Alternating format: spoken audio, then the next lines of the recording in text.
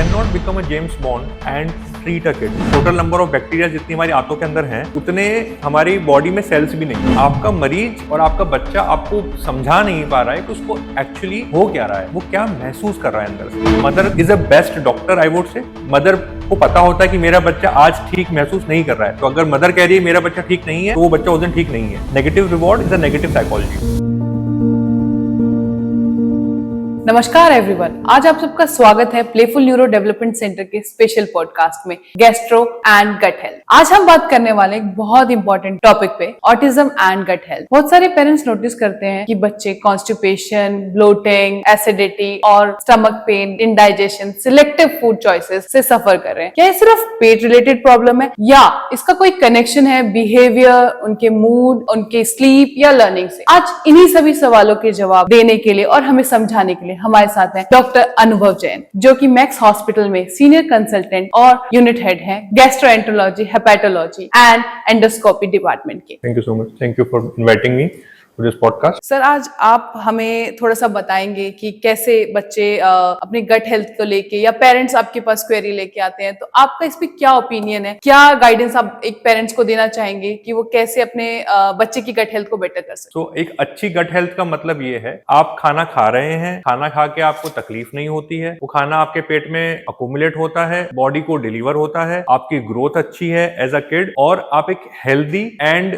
Pen free living कर रहे हैं। This is I would say is a good gut health. इस gut health में आपका खाना भी आता है, आपकी बीमारियां भी आती हैं, आपकी मेंटल हेल्थ भी आती है और आपकी स्लीप भी आती है। तो ये चारों चीजें I would say gut health का पार्ट है। डॉक्टर, जो ऑटिस्टिक बच्चे हैं उनके साथ क्या स्पेसिफिकली आपको लगता है कि चैलेंज आता है गट हेल्थ को लेकर? Major problem that the parent and the doctor, जो पेरेंट और डॉक्टर दोनों फेस करते हैं, वो है कम्युनिकेशन। आपका मरीज और आपका बच्चा आपको समझा नहीं पा रहा है कि उसको एक्चुअली हो क्या रहा है, वो क्या महसूस कर रहा है अंदर से। तो यहाँ पे आपको कुछ मरीज को देखना होता है, कुछ आपकी एग्जामिनेशन के लिए एज अ डॉक्टर है, and then you have to trust the mother. अगर मदर कह रही है कि मेरा बच्चा ठीक नहीं है, तो हो सकता है सारी रिपोर्ट्स ठीक हो, बट फिर भी बच्चा शायद ठीक नहीं होगा। So mother is a best doctor I would say. Mother को पता होता है कि मेरा बच्चा आज ठीक महसूस नहीं कर रहा है, तो अगर मदर कह रही है मेरा बच्चा ठीक नहीं है, तो वो बच्चा उस दिन ठीक नहीं है। तो अगर आपने उस मदर के क्लू को देख लिया, अपना कुछ एग्जामिनेशन फाइंडिंग कर ली, कुछ जांचें कर ली जो आपके डायग्नोसिस को सपोर्ट कर रही हैं, and then you treat them. Problem यहां भी आएगी कि आपको असेसमेंट जो वापस करना है कि बच्चा ठीक हो रहा है या नहीं हो रहा है, वो असेसमेंट बच्चा खुद नहीं बता पाएगा शायद उतना अच्छे से, बट हाँ उसके आप प्ले देख सकते हो कि बच्चा खेलने लगा या नहीं खेलने लगा, आज वो ग्राउंड में जाके खेल कर आया है, आज उसने मम्मी से अच्छा इंटरेक्ट किया है, पिछली रात की स्लीप अच्छी थी। All these constitutes a response to the treatment. Sir, ये जो गट ब्रेन कॉन्सेप्ट है, ये क्या है? क्या मतलब ये कनेक्ट करता है उनके बिहेवियर से, उनकी स्लीप से? इसका क्या कनेक्शन है? जान के आश्चर्य होगा कि हमारी आंतों में जितने बैक्टीरिया हैं, टोटल नंबर ऑफ बैक्टीरिया जितनी हमारी आंतों के अंदर हैं, उतने हमारी बॉडी में सेल्स भी नहीं है। सो हमारी जो पॉटी होती है या स्टूल है, 1 ग्राम स्टूल में 10⁻14 बैक्टीरिया है। ऑटिस्टिक किड्स के साथ स्पेशल प्रॉब्लम ये है कि they don't recognise the problem. So हो सकता है जो टमाटो है उसका ब्राइट कलर उसको डराता है, या हो सकता है वो कॉम्प्लेक्स आलू को नहीं खा पाता। तो तरीका ये है कि स्टार्ट विद द चिप्स, घर के बने हुए होममेड चिप्स से स्टार्ट करिए। Then you start giving him mashed potatoes. Then you mix the mashed potato with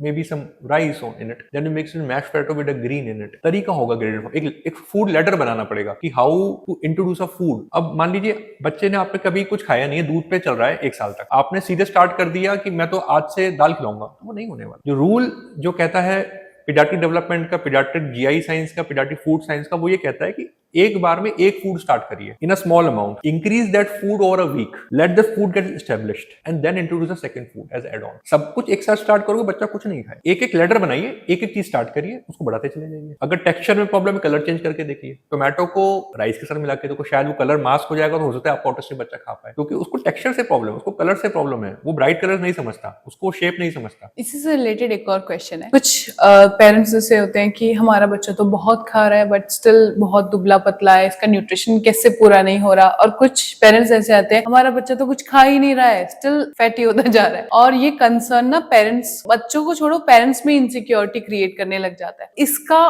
food का और हमारे गट हेल्थ का और हमारी बॉडी शेप का, उससे क्या कनेक्शन है? देखो, एक तो बच्चों में ना शेप को लेके उनको ज्यादा कॉन्शियस नहीं करना है। अब एक बहुत कॉमन आउट पेशेंट डिपार्टमेंट सुनता हूँ कि जी हमारे घर में तो सारे मोटे हैं जी, वो हमारे जेनेटिक्स ही मोटे हैं। हर चीज जेनेटिक्स पे ब्लेम नहीं हो सकती मैम, है ना। अगर आप सिर्फ फास्ट फूड खाते हो और वर्कआउट नहीं करते हो, जो आपकी आदतें हैं वही आपके बच्चे की आदतें रहेंगी, राइट? Yes. वही फूड चॉइसेस उसकी हैं, और वो फूड चॉइसेस उसकी होने की वजह से वो भी वैसे ही खाता है और वो भी उतना ही वर्कआउट करता है। अब जब वो भी खाना नहीं खा रहा है, वो भी वर्कआउट नहीं कर रहा है, तो he is gonna become obese, वो भी मोटा ही होने वाला है। आप अब बच्चे को खुद करेक्शन कर नहीं रहे हो। आपके बच्चे ने आपको कभी हेल्दी खाते देखा नहीं है, आपके बच्चे ने कभी आपको एक्सरसाइज करते देखा नहीं, तो वो कैसे सीखेगा एक्सरसाइज करना? बच्चे को टीच करने से पहले खुद करके देखो अपने ऊपर। Let you become fit first and then ask your kid to become fit. Actually में ऐसे केसेस आते हैं हमारे पास, पेरेंट बोलता है हमारा बच्चा दाल नहीं खा रहा है, हम उसको खिलाने की कोशिश करते हैं, हम उसको ये देते हैं, नहीं पर उसको ब्रेड खाना है। तरीका ये है, आप खुद बैठिए उस टेबल पे, उसी थाली से खुद खाना खाइए, टॉक टू हिम, ये कर सकते हैं। Have a tasty meal, add some good masala into it, फिर देखिए बच्चा कैसे नहीं खाता। बट जैसे बच्चे स्टबन हो जाते हैं तो पेरेंट्स क्या करते हैं ना कि नहीं खा रहा है करके, तो चलो वो नहीं खा रहा है तो एनी हाउ कोई ऑल्टरनेटिव दे देते हैं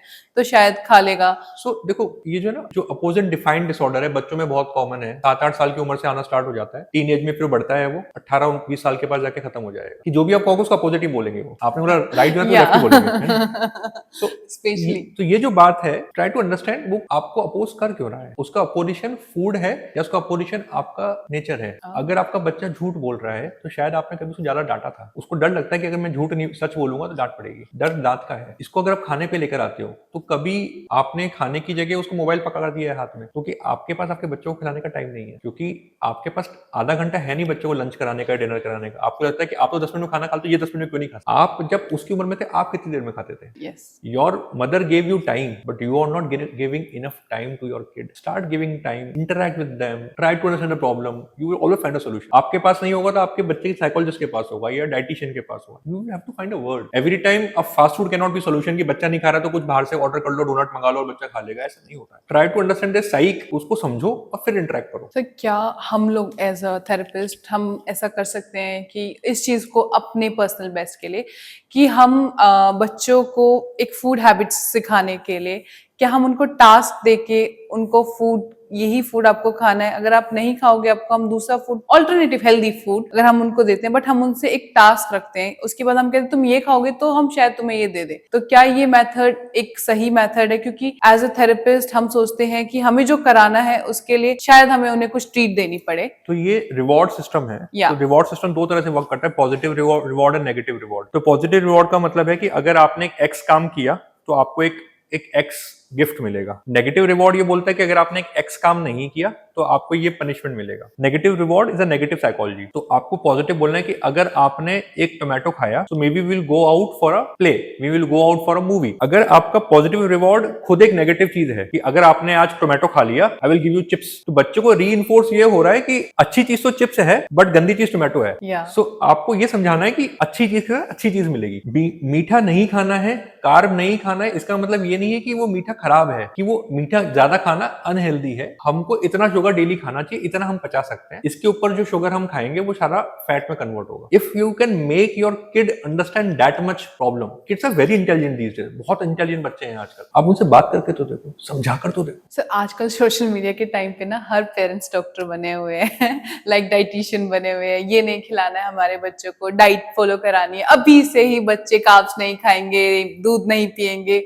जबरदस्ती एक इन्फॉर्मेंस, एक फोर्स करके उनको बोला जाता है कि ये नहीं देना है मेरे बच्चे को, ये नहीं करना, और ग्रैंड पेरेंट्स वहीं पे चाहते हैं कि बच्चा जो नेचुरल चीजें वो खाए। तो ओवर पुशिंग डाइट ज्यादा हेल्दी है या कहूं कि न्यूट्रिशन पूरे तो नहीं होंगे, तो इस पे आपका क्या कहना है कि वो जो पेरेंट्स ऐसा कर रहे हैं उस पे आपका क्या स्टैंड है? देखिए, हेल्दी डाइट समझिए। हेल्दी डाइट का मतलब ये 60% कार्ब्स होगा, 30% to 35% फैट होगा, 15 से 20% प्रोटीन होगा। That is a healthy diet. आपकी खाने की थाली में जितने कलर्स हैं उतनी वो डाइट हेल्दी है। सिंगल कलर और डाइट बहुत खराब है, चाहे फिर वो कलर ब्लैक ही क्यों ना हो, व्हाइट ही क्यों ना हो। आप अपनी बॉडी को बच्चों की बॉडी से अलग समझिए। बच्चों की ग्रोइंग स्केलेटन है, आज भी हमारा शरीर मैक्सिमम कार्ब पे ही चलता है, except if you have a special kid having a diabetes in which he can not have sugar. Sugar खराब नहीं है, ज्यादा खराब है, जरूरत से ज्यादा खराब है। तो अगर आप सोचो कि हमारा बच्चा तो शुगर खाएगा ही नहीं तो वो बच्चा बूढ़ा ही नहीं होगा, ऑक्सीडेंट स्ट्रेस जाएगा, तो ऐसा नहीं होता है। So you need a sugar to run the body, you need fat also, you need protein also. ज्यादा प्रोटीन खाओगे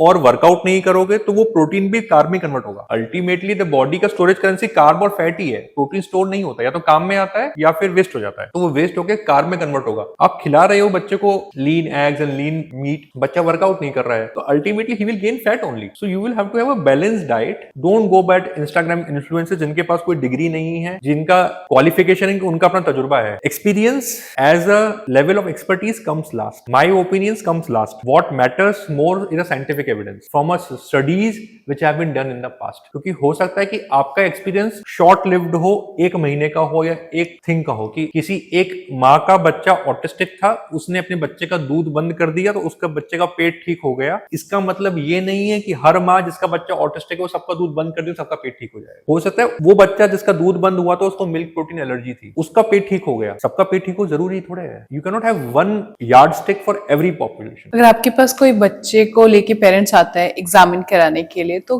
क्या प्रोसेस है, क्या एवेल्युएशन आप कैसे करते हैं, कैसे डायग्नोज करते हैं अगर कोई स्पेशल ऑटिस्टिक किड है तो? So in autistic kids or the special kids, autistic हैं, ADHD हैं, you have to interact with the kid first, make him comfortable that you are seeking as a friend and not as a doctor. First. Second thing is you have a brief conversation with the kid. What he is feeling is not good about his body, whether it is intestine, whether it is some vomiting. You examine the kid, then you talk with the mother. In these kids, I think the mother is a better doctor than the doctor himself, because the mother will know what has changed subtly in the life of the kid, rather than the kid is not able to express what he's going through. So in these cases, the mother's history is very important. If you take a good mother's history, and with the good history comes a good diagnosis. So ऐसी कौन सी alarming situation या red flags हैं जो parents को ignore नहीं करने चाहिए अपने किड के साथ? आई वुड से 5 अलार्म सिम्टम्स, 5 अलार्म पकड़ लेते हैं कि ये अलार्म आपके बच्चों में है पेट रिलेटेड तकलीफों में, तो आपको डॉक्टर से मिलना चाहिए। पहला है कि बच्चे का वेट लॉस हो रहा है, your baby has a low haemoglobin, baby की ग्रोथ जो थी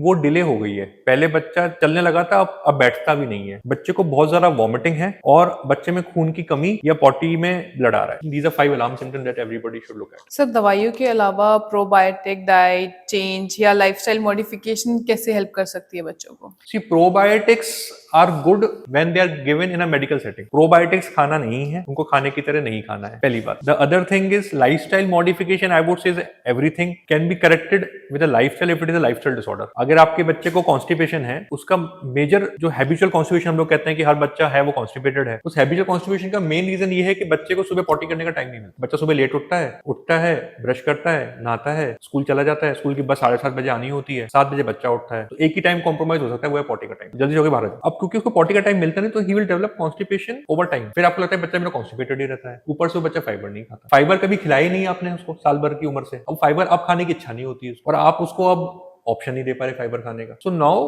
because of this problem, because the baby is not eating fibre, this is example, like baby is not eating fibre, he does not have enough potty time और washroom time, that is why he is constipated. I will give him medicine, the constipation will get better with the medicine, but the problem is जैसी दवा बंद होगी वापस आ जाएगा, क्योंकि आपने lifestyle correction नहीं की। लाइफस्टाइल में क्या था कि बच्चों को सुबह थोड़ा जल्दी उठना था, 15 मिनट, पॉटी में 10 मिनट के लिए बैठना था, फाइबर ज्यादा खाने थे और बच्चे को पेल्विक एक्सरसाइज करने की करी। अगेन सिमिलर सा क्वेश्चन है सर, ये बहुत है कि ना ग्लूटेन फ्री डाइट, लैक्टोस वाला, सो मैं वो पॉइंट ऐड करना भूल गई थी। तो मैंने देखा है कि I am not blaming any society, but कुछ एलीट लोगों को लगता है कि आज के टाइम पे ग्लूटेन फ्री डाइट अगर हम बहुत स्टार्टिंग से हमारे बच्चों में स्टार्ट कर दें या लैक्टोस बिल्कुल ही हटा दें, तो उनकी लाइफस्टाइल, उनकी हेल्थ पता नहीं कहाँ चली जाएगी। वेस्टर्न सोसाइटी में बहुत सारे सेलिब्रिटीज हैं कि ग्लूटेन नहीं खा रहे हैं, gluten free diet. Yes, gluten is oxidant stress, but in those people who do not tolerate gluten. तो ग्लूटेन एलर्जी के स्पेक्ट्रम है, एक तरफ सीलियक डिजीज आती है जहाँ पे आप ग्लूटेन पचा नहीं सकते हैं, जिसे कॉल्ड ग्लूटेन एलर्जी। बीच में है ग्लूटेन सेंसिटिविटी, कि जहां पे सीलियक डिजीज नहीं है बट आप फिर भी ग्लूटेन को लेके सेंसिटिव हो, and then you have a normal patient. किसी को पेट में दर्द है और उसने सुबह गेहूं की रोटी खाई थी और वो बच्चा कॉन्स्टिपेटेड है, ग्लूटेन सेंसिटिविटी थोड़ी हो गई। ग्लूटेन सेंसिटिविटी और gluten allergy is a particular disease when you diagnose yes कि ग्लूटेन बंद करने से हमारा बच्चा ठीक हो गया था और स्टार्ट करने से वापस प्रॉब्लम आ गई और वापस बंद करने से ठीक हो गई, that is when you say that this is gluten related, and then you stop gluten for that kid, but you have to have a medical condition for that. आपका कोई ऐसा पर्सनल एक्सपीरियंस या पर्सनल केस ऐसा रहा हो जिसमें बच्चे की गट हेल्थ इंप्रूवमेंट से उसके बिहेवियर में, उसकी स्लीप में, उसके मूड में चेंज आया हो? So I had this autistic kid. He used to come to me every month or so with the same complaint of pain abdomen. So the mother has labeled this kid. Mother ने label कर दिया self diagnose का कि मेरे बच्चे को gluten sensitivity है, lactose intolerance है. So she was giving him probiotics जो adults के लिए होती हैं, बच्चों को चल रही थी. 6 महीने परेशान हो गए. फिर एक gut health का startup है इंडिया में, वो सबकी gut health हेल्थ चेक करते रहते हैं, बैक्टीरिया बताते रहते हैं, उसने कुछ पर्सनलाइज प्रोबायोटिक्स ले ली. So everything was going on for 6 months. This mother got frustrated. She came to me कि doc my kid is having problem. He has a bad gut health. CT scans हो गए, सब कुछ हो गया. So the problem was that the kid had a constipation. अब constipation क्यों था? Because this kid had a chronic anal fissure. अब चूंकि उसको पॉटी करने में पेन होता था and this kid was autistic, he was not able to express. तो कॉन्स्टिपेशन इसलिए था क्योंकि पेनफुल स्टूल पासेज था. When we diagnose that this is a fissure, we manage the fissure got better. Fissure is a damage in the anal canal, की potty के रास्ते में कोई घाव बन गया, उसकी वजह से दर्द है, दर्द की वजह से आप पॉटी नहीं करते हो. तो जब हमने उस दर्द को मैनेज किया, उस घाव को ठीक किया और कॉन्स्टिपेशन को साथ में ठीक किया, the kid got better completely and he right now is of any laxatives. वो कोई कब्जी की दवाई नहीं ले रहा है, सब खाता है and there is no pain. आपका क्या ओपिनियन है, गैस्ट्रो स्पेशलिस्ट और थेरेपिस्ट जो ऑटिस्टिक किड्स के थेरेपिस्ट हैं उनको साथ मिलके काम करना चाहिए, एटलीस्ट मंथ में एक बार कम्युनिकेशन या? See, 100%. You cannot become a James Bond and treat a kid. It is a multi-modality treatment. You will need a help of a psychologist, a child psychiatrist, a child behavioral therapist, a child occupational therapist. आपको क्या लगता है कि India में autism और food related problems को importance मिली है, नहीं मिली है, तो कहाँ पे लैक कर रहे हैं as a Indian? See, as a Indian मुझे लगता है कि हम लोग इग्नोरेंट हैं. We are ignorant as a population. हमको अपनी आंखों पे पट्टी बांधने बड़ा मजा आता है और हमें लगता है कि सारी दुनिया ठीक हो गई. ऐसा तो नहीं चलता. अगर आपका बच्चा नहीं बोल पा रहा है 2 साल तक, तो उसके बच्चे में कोई प्रॉब्लम है. अगर आपने उस प्रॉब्लम को एक्सेप्ट ही नहीं किया है, तो आपको सोल्यूशन कैसे दूं? The first thing is you accept, yes there is a problem. If there is a problem, there has to be a solution. Sir, मेरा एक पर्सनली आपसे क्वेश्चन है. जो बच्चे की एक स्कूल जर्नी स्टार्ट होती है वो प्री स्कूल से स्टार्ट होती है. क्या हमें प्री स्कूल, हमारे यहाँ पे कंपलसरी होना चाहिए कि प्री स्कूल में कोई काउंसलर या डॉक्टर होने कंपलसरी है, पीडियाट्रिशियन होने जरूरी है, कि वो बिल्कुल ही अर्ली स्टेज जो हो गई है, जो स्कूल में मतलब जो डिले भी हो चुका है, उसके बाद बच्चों को एनीहाउ वो प्री स्कूल में तो डालेंगे ही पेरेंट्स, तो वहां पे उनको डायग्नोज करके गाइड किया जाए? क्योंकि ये इंडिया में ये चीज I don't think so as such इतनी फॉलो हो रही है. कुछ स्कूल करते हैं बट नॉट एवरी स्कूल. तो इसके ना 2 एस्पेक्ट है. एक तो फाइनेंशियल क्वेश्चन है. A school who's charging 50,000 rupees in a year, वो शायद उस काउंसलर को अफोर्ड नहीं कर सकता, या अफोर्ड कर सकता है तो उनका इंटेंट नहीं है. They do not have that intent कि हमें एक बेहतर सोसाइटी बनानी है. ठीक है. So if not every day, I think a counselor should go and observe the kids at least once in a month in each class. Every time. वो child psychologist हो सकता है. Paediatrician are not necessary to go to each class because paediatrician are not trained to pick up the child psychology faster as compare to the child psychologist themselves. आपकी training बीमारियां पकड़ने के लिए है ज्यादा. ठीक है. आपकी ट्रेनिंग शायद बच्चों की बिहेवियरल डिजीज को उतना ज्यादा अच्छे से पकड़ने के लिए नहीं है. उसके लिए पीडियाट्रिक्स करने के बाद एक स्पेशल ट्रेनिंग होती है, 1 साल 2 साल की फेलोशिप्स होती है. That when you pick up developmental diseases. अब जब आप डेवलपमेंट डिजीज में सुपर स्पेशलिस्ट बन गए तो आपका उतना टाइम नहीं कि आप हर स्कूल में जा पाओ. So you will need a bridge who will pick dock this kid I think is a problematic kid. इसको I think we should see him और we can ask the parents की I think you should meet a child psychologist. That I think is a proper approach. And once a kid is diagnosed in a way, I think the school should make it feasible in the school itself that the kid can be handled with the teacher and the psychologist as a team, not as a opposition. Okay sir, so एक और question मैं आपसे जो पूछना चाहूंगी कि parents एक hope करते हैं कोई मिरेकल डाइट मिल जाए, कोई सॉल्यूशन मिल जाए जो मैं उसको दे दूं और मेरा बच्चा ठीक हो जाए. तो ऐसे मिथ से बचने के लिए आपका क्या? So there is no shortcut to success and that one pill solve all problem does not exist. एक गोली से सारी बीमारियों का इलाज नहीं होने वाला. एक डॉक्टर सारी बीमारियों का इलाज नहीं कर सकता. एक दिन ऐसा कभी नहीं आएगा जब चमत्कार होगा और आपका बच्चा ठीक हो जाए. द चाइल्ड बिहेवियर, बच्चे का पालना, उसका पोषण, उसका development is a process.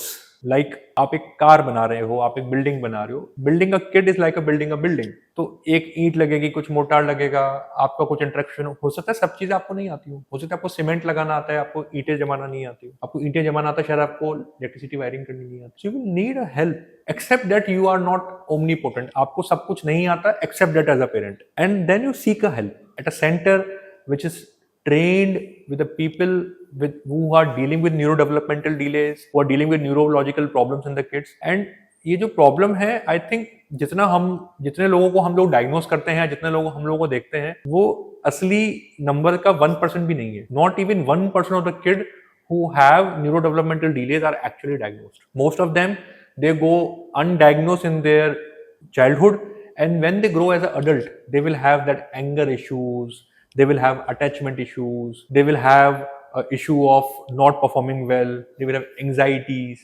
So this adult anxiety का जो बीज है वो बचपन में डेवलपमेंट में डाला गया था, क्योंकि माँ ने डरा के उस बच्चे को कुछ सिखाया था, उस एंजाइटी उस मदर ने अपने बच्चे के जीवन में डाली थी। अब जब वो बच्चा बड़ा हो गया है, अब उसका रिफ्लेक्शन है कि वो एग्जाम को हैंडल नहीं कर पाता, या जब एग्जाम आते हैं तो लूज मोशन लग जाते हैं। हाँ, ऐसे केसेस बहुत सुनने को आते हैं। तो वो उसका बीज जो है ना बचपन में डाला गया था। There was a trauma in the childhood which was undiagnosed. आपका कोई ऐसा पर्सनली केस जो आपको हमेशा याद रहेगा, कोई ऑटिस्टिक हो या कोई नॉर्मल भी हो कोई? So the case that I will remember for my life is a kid, a 12-year-old kid with autism that are diagnosed with as Crohn's disease. So diagnosis was delayed by a number of people who were seeing that kid in the past. Then the kid came to me with some references. Even we were not sure that how is this Crohn's disease, because the kid was not expressive. He did not know. And we had challenges in the treating that kid.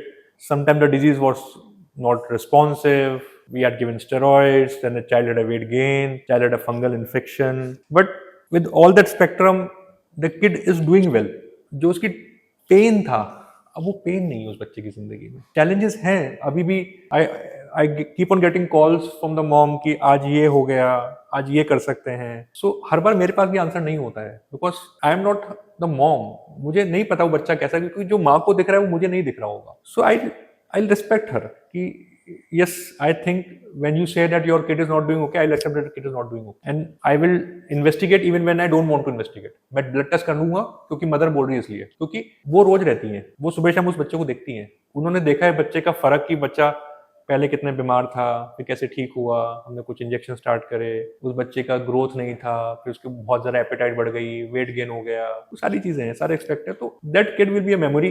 As a doctor you feel good that you diagnose something which could have been remain undiagnosed for years before it become a problem, कि आपने अब उसका diagnosis 5 साल delay कर दिया, इसलिए अब उसकी बीमारी इतनी बढ़ चुकी है कि अब उसको शायद सर्जरी करानी पड़ेगी। सर, जो पेरेंट्स स्ट्रगल करते हैं फीडिंग की वजह से, वो इमोशनली इतने ज्यादा एग्जॉस्ट हो जाते हैं, उनके लिए आपका क्या मैसेज है? कि उनका बच्चा फीड नहीं कर रहा है, खा नहीं रहा है, वो करा रहे हैं, वो चाहते हैं उनके बच्चा खाना खा ले, न्यूट्रिशन पूरा कर ले, वो इतना इमोशनली एग्जॉस्ट हो जाते हैं कि बस अब क्या करें, उनके लिए क्या मैसेज है? So don't take it as a task, उसका तो कंपटीशन मत लो। Take 1 day at a time, take 1 week at a time. अगर बच्चा कुछ नहीं खा रहा है, सब कुछ बंद कर दो, go back to that right जो बच्चा लास्ट में खा रहा था। उसके बाद एक बार में एक फूड स्टार्ट करिए, जैसे दाल स्टार्ट कर ली, 1 चम्मच स्टार्ट करी, बढ़ाते चले गए, 1 हफ्ते में बढ़ाया, 2 हफ्ते में बढ़ाया, जब दाल स्टैब्लिश हो गई 2 हफ्ते बाद चावल ऐड कर दिया, एक बार में एक चीज। Don't over complicate the simple things. Establishing diet is very easy, but आपको वो स्टेप पता होना चाहिए, वो फूड लैडर चाहिए कि पहले दाल शुरू करेंगे, फिर चावल डालेंगे, चावल साथ में लेकर आएंगे, फिर चावल का अमाउंट बढ़ाएंगे, फिर सब्जी लेकर आएंगे, पहले आलू की सब्जी लाएंगे, फिर भिंडी की सब्जी लाएंगे, वो स्टेप वाइज। रुक जाओ,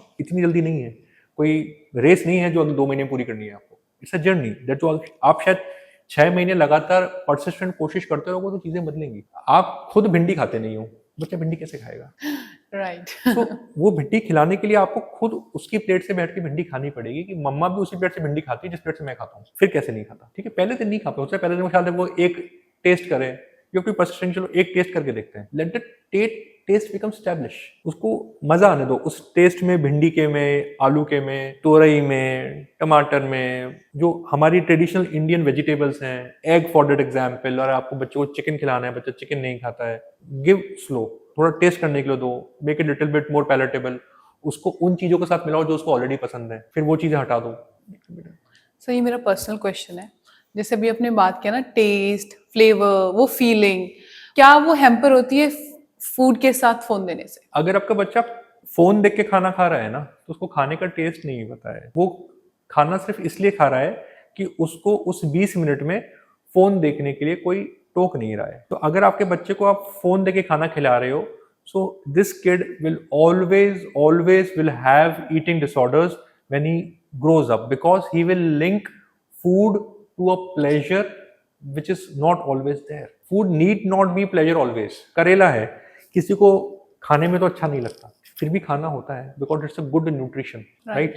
So अगर आपको उस करेले में वो प्लेजर नहीं मिलता तो आप करेला जिंदगी भर कभी नहीं खाने वाले। या एग फॉर दैट एग्जांपल, खाने में तो प्लेजर नहीं मिलता, इट्स अ ब्लैंड डाइट, कोई टेस्ट कुछ खास होता नहीं है, फिर भी खाना तो है ना, क्योंकि वो हेल्दी है। अब आपने बच्चे को फोन दे दिया, किसी दिन फोन नहीं बगैर बच्चा खाना नहीं खाएगा। अगर लेट्स सपोज कि यूट्यूब बंद हो गया किसी दिन और वो कोकोमेलन नहीं चल रहा, तो बच्चा खाना खाना बंद कर देगा, फिर क्या करोगे? इससे अच्छा ये है कि आप बोलो कि चलो आधा खाना खत्म करो फिर कोकोमेलन मिलेगा, या 3/4 खत्म करो, लास्ट के दो बाइट में मिलेगा कोकोमेलन, तो उतना तो कर सकते हैं। सर आज के पॉडकास्ट में वैसे तो सब बातें बहुत इंपॉर्टेंट है, बट मैं आपसे पूछना चाहूंगी कि जो लिसनर्स के लिए एक आप की पॉइंट देना चाहिए कि वो एक याद रखने के लिए हमारे पॉडकास्ट से, तो वो आपके लिए वो की पॉइंट क्या होगा? मेरे लिए की पॉइंट ये होगा, अपने बच्चे को समझिए। आपके बच्चे में एक दिमाग है, आपके बच्चे में लाइकिंग्स हैं और डिसलाइकिंग्स हैं। एज अ पेरेंट आपको समझना है कि वो लाइकिंग डिसलाइकिंग का कारण क्या है। आपका बच्चा अगर कोई एक चीज नहीं खा रहा है तो क्यों नहीं खा रहा है, या आपका बच्चा